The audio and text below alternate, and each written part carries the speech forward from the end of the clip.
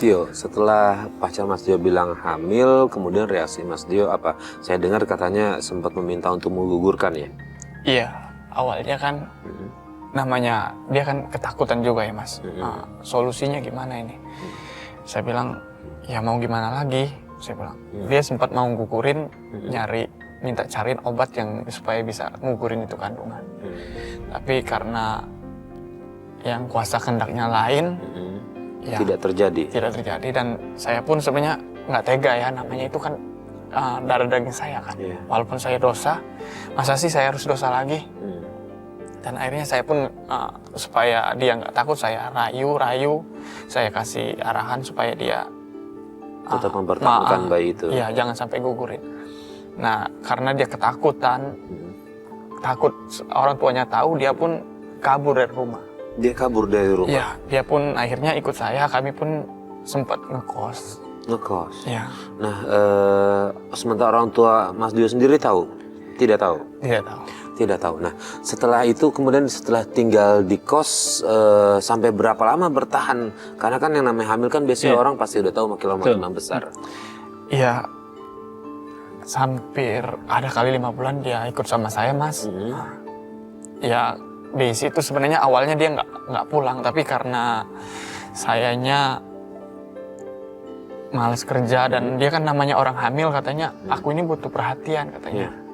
Dari sejak dia hamil itu aku pun nggak tahu kenapa aku berbeda loh Mas. Yang tadinya saya perhatian, tapi setelah dia ngisi anak hamil, saya agak kurang nggak perhatian, cuek, malas-malesan. Ya tanpa saya sengaja dan nggak saya sadari, saya pun kasar ke dia karena tingkah laku dia yang beda itu. Akhirnya saya main tangan. Oh, jadi ada ribut-ribut di situ, berantem di situ. Ribut. Nah, kemudian saya dengar katanya dia juga setelah ribut-ribut itu sempat kabur ya? Dari tempat kosan itu. Iya, dia kabur. Di situ saya berusaha buat nahan supaya dia nggak kabur. Tapi karena dia udah mungkin sakit hati ya Mas, sakit hati banget. Akhirnya dia pun tetap melakukan kabur dari tempat saya. Setelah dia kabur ya dia pulang ke rumah. Dia pulang ke rumah. Nah, Mas nyusul? Enggak, saya belum nyusul. Dia ngabari saya sekitar jam 1 malam, dia ngechat ke saya. Kalau dia itu pulang ke rumah, dia udah tahu mama sama papanya udah tahu kalau dia hamil. Ya, karena sudah usia kandungan 5 bulanan ya. Iya. Nah, di situ dia ngadu sama saya. Kalau dia tuh diinjak perutnya, terus diinjak, dipukul sama orang tuanya. Karena nggak terima kalau dia itu berbadan 2. Kemudian Mas malam itu juga memutuskan untuk menyusul? Iya, saya pun langsung datang ke sana. Sampai ke tempat dia, saya pun bukannya disuruh masuk atau apa ya. Saya dihajar sama 2 bodyguardnya dia itu, anak buahnya dia, anak buah mamanya itu. Ya, supaya saya itu tanggung jawab maunya apa, kata dia. Saya bilang memang saya yang melakukan ini, memang saya yang salah. Saya yang dosa, tapi saya minta kasih kesempatan saya bilang. Saya sayang sama anaknya tante, saya bilang, sama anaknya ibu. Tapi di situ dia nggak terima. Akhirnya dia nyuruh orang 2 itu, bodyguardnya itu buat ngebuk saya di depan rumahnya dia.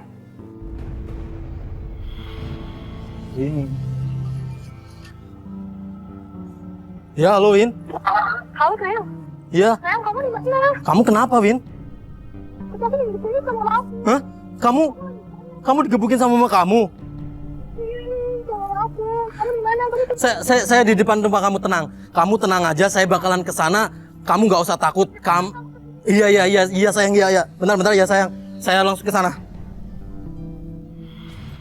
Win. Win. Kamu malah? Ngapain kamu kesini? Aku mau ketemu sama Winnie. Mana Winnie? Ada perlu apa? Aku nggak ada urusan sama kalian. Mana Win? Win. Pokoknya saya mau ketemu sama Winnie. Nggak bisa masuk, ngerti nggak? Win. Winnie. Mana Winnie, Bu? Winnie mana? Aku ingin ketemu sama Winnie, Bu. Ngapain kamu kesini? Mau apa kamu? Kamu sudah merusak masa depan anak saya. Dia hamil. Salah saya apa ke kamu? Dan anak saya salah apa ke kamu? Pergi kamu dari sini. Enggak Bu, saya nggak mau pergi dari sini sebelum saya ketemu sama Winnie, Bu. Winnie mana, Bu? Saya mau bertanggung jawab atas kehamilan Winnie, Bu. Saya mau nikahin Winnie. Nikah? Kamu bisa apa? Buat apa? Mimpi kamu, pergi. Enggak, aku tetap nggak mau pergi, Bu. Mana Winnie, Bu? Win! Kalian usir dia dari sini.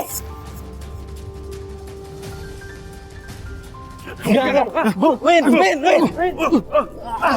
Kita mungkin sebagai orang tua sedih Iya. melihat anak yang kita didik dari kecil tapi ternyata besarnya sudah melewati batas. Tapi tidak juga diperkenankan untuk orang tua melakukan kekerasan pada anak nih Pak Ustadz. Nah ini gimana nih Pak Ustadz hukumnya nih? Untuk orang tua yang seperti itu harus mendidik kayak apa nih Pak Ustadz? Iya. Ini memang sampai tragis sekali ya, dan memang ini menjadi pelajaran kita semuanya. Pentingnya para orang tua mengawasi, memberikan arahan pendidikan pada anak-anak kita. Tapi ketika kasus ini terjadi, maka yang kedua adalah akal kita mesti harus kita fungsikan. Apa maknanya fungsikan? Kita bisa memahami betapa emosinya seorang tua melihat anak gadisnya kemudian dihamili orang, misalkan taruh pacarnya, otomatis kan amarah. Kenapa tidak dari awal bercerita mau meminang mau apa, itu kan bisa lebih awal. Karena ini kan menyangkut ada dua hal penting, menyangkut kehormatan keluarga. Yang kedua adalah menyangkut kehormatan beragama. Yang ketiga adalah ya ini menyangkut masalah kehidupan sosial di masyarakat sana. Lah ya, tapi kan yang tadi tidak dibolehkan adalah orang tuanya kemudian anaknya sudah hamil, kemudian diinjak dan seterusnya. Seharusnya ketika anak dalam keadaan seperti ini, jangan dikira anak yang sedang tersesat ini itu pasti akan mengalami depresi kejiwaan yang luar biasa. Maka orang tua mesti harus dengan meskipun kita paham betul bahwa ini menimbulkan rasa malu yang luar biasa, tetapi mesti harus ada calling doll untuk apa? Untuk memotivasi anak ini jangan sampai melakukan perbuatan dosa yang lebih dalam lagi. Maknanya apa? Misalkan menggugurkan. Itu sangat besar sekali potensial untuk itu. Yang kedua ada melakukan apa? Orang bunuh diri dan untuk apa? Karena keluarganya disisihkan. Itu. Yang kemudian yang berikutnya adalah ketika ada tadi pacarnya tadi yang sudah menunjukkan sikap simpati, empati dan tanggung jawabnya, mestinya harus diselesaikan dengan cara ya sudah diatasi karena sudah terlanjur. Ibaratnya nasi sudah menjadi bubur, ya mau diapain lagi ya? Bagaimana bubur itu masih bisa diselamatkan, bisa dinikmati kan begitu. Jadi supaya apa? Jangan sampai ketika ada orang perbuatan dosa, kita ingin mencegah perbuatan dosa, tapi kita justru memicu perbuatan dosa berikutnya. Jadi ketika menyaksikan semacam ini, apa yang harus dilakukan? Tutup perbuatan dosa-dosa yang beriringan itu, minimalnya dosa pertama, yang kedua adalah ditaubati. Kan seperti itu yang terjadi. Ya. Nah, Mas Dio sudah berapa kali ke rumah pacarnya untuk mengutarakan, untuk mengajak menikah, udah berapa kali? Ya berkali-kali Mas, namanya saya sayang kan sama dia, dan juga saya sayang sama anak yang ada di kandungan pacar saya itu. Saya pun nekat, apapun yang terjadi, saya harus bisa nikah sama dia. Sampai saya diusir, dikatain, dihina, tapi saya tetap balik lagi, karena saya pengen tahu gimana keadaan kandungannya gitu, pengen nanya. Berapa bulan, jalan berapa bulannya kan saya nanya, harus tahu kan. Karena saya tekad bulat, mungkin yang kuasa juga berkehendak saya nikah ya. Akhirnya orang tuanya pun spontan suruh saya datang ke rumahnya buat suruh nikahin. Oke, akhirnya kemudian menikah. Ya, setelah menikah, Mas tinggal di mana?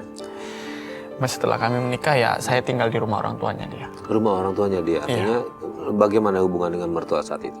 Ya awalnya sih baik-baik aja ya Mas. Nggak ada permasalahan ya, lancar-lancar aja ya. Saya kerja saya kan freelance, apa aja semeraut. Tapi nggak tahu tiba-tiba pada saat itu spontan dia manggil istri saya, terus suruh kumpul di ruangan tamu. Ibu mertua saya itu tiba-tiba ngomong ke saya, Dio, ya Bu, saya bilang, saya udah kecewa sama kamu.